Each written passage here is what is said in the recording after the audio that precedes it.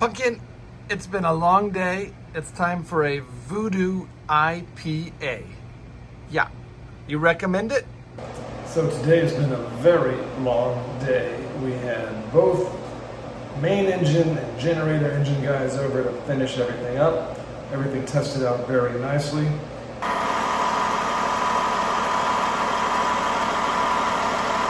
Ready for a sea trial after all this engine work. We worked on the radars, we worked on the water filters, we worked on lazarette, we worked on the life raft, all sorts of things. So tonight we're just going to relax, have something good to eat, and make a video. So the old battery box has been sitting down in a bathroom, so we're going to try and destroy it, and that will make it easier to take out. So we're ready.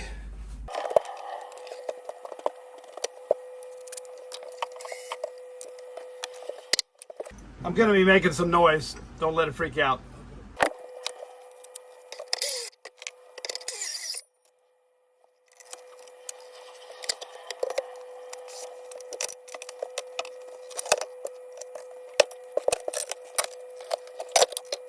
Well, that fell apart a little easier than expected.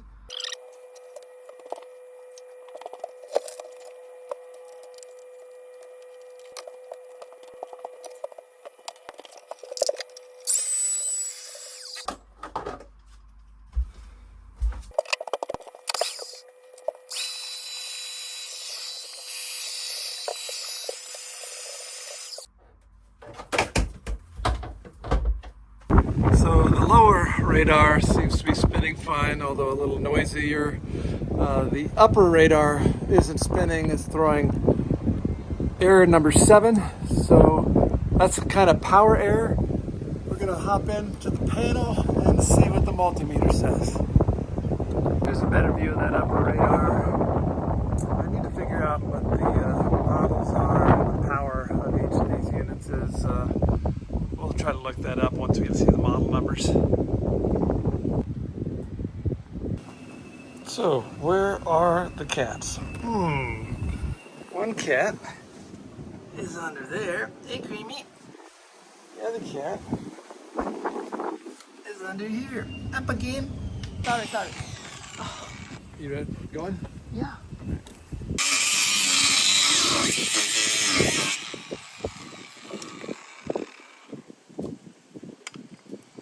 Basically just trying to put these valves into my storage pile of useful stuff maybe someday in the future. These are from the hot water heater when it was being cooled by engine coolant. Not cooled, when the hot water was being heated by engine coolant. These valves would let you send water coolant to the heater. They look so rusty that they still good.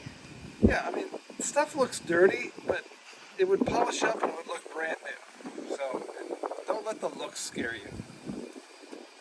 I'm just thinking whether you can unscrew the thread.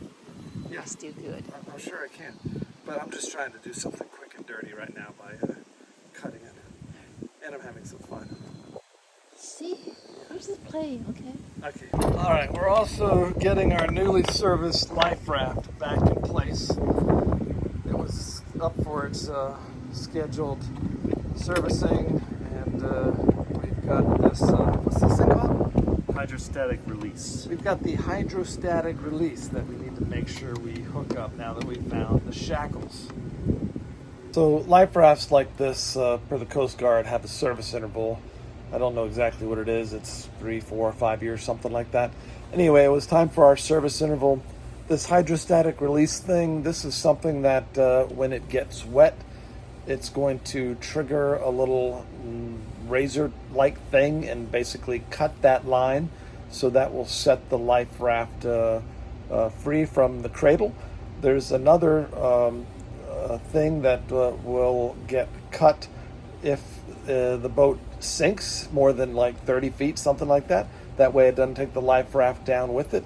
I didn't get video of those pieces, but that's how that all works, and it's all secure now. So we're in the lazarette, and there This big board here had been on top of this aft fuel tank, kind of like this one is on top of this fuel tank. These were all added about 10 years after the boat was built. I had removed these giant grates, steel grates back here that had all rusted. Aluminum's just fine, but the rust was these steel grates that were stored there. And so I was curious what the condition was underneath this wooden piece on this tank top. It's actually quite clean, it looks like. There's some rust we should deal with on the tank sender for checking the volume. But look at this access. What great access to these fuel tanks.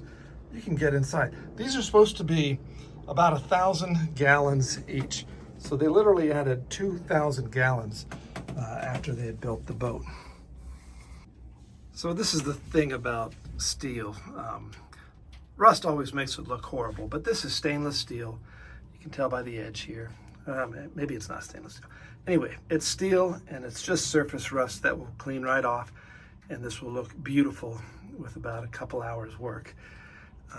These are back from when the boat was in class. These are ways to test the volume what's in the tank, and if you forget to put the top on, this will auto shut a valve, so it's impossible to leave it open. Just using gravity to auto shut that opening. So I'm trying to find Pumpkin. Wow, that's where you found in the cushions? Come on, we gotta go in, it's lunchtime.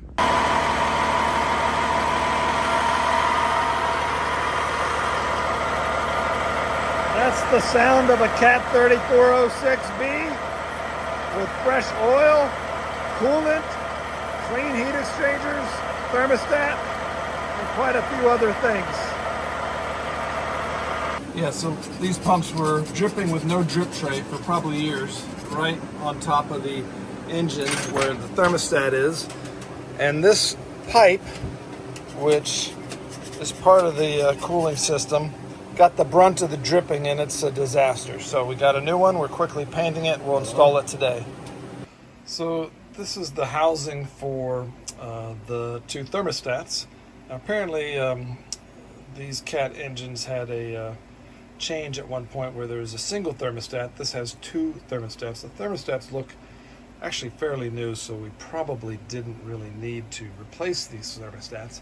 But since it turns out a leak from the AC had been dripping on this thing for years, it's a bit rusty.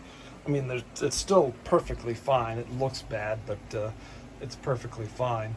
So we're going to clean it up, use some Ospo, use some primer, use some paint, and make this look great. One day I will make a not an air compressor, a sandblaster that I can just carry on board. Just a little sandblaster, and we'll use that for stuff like this.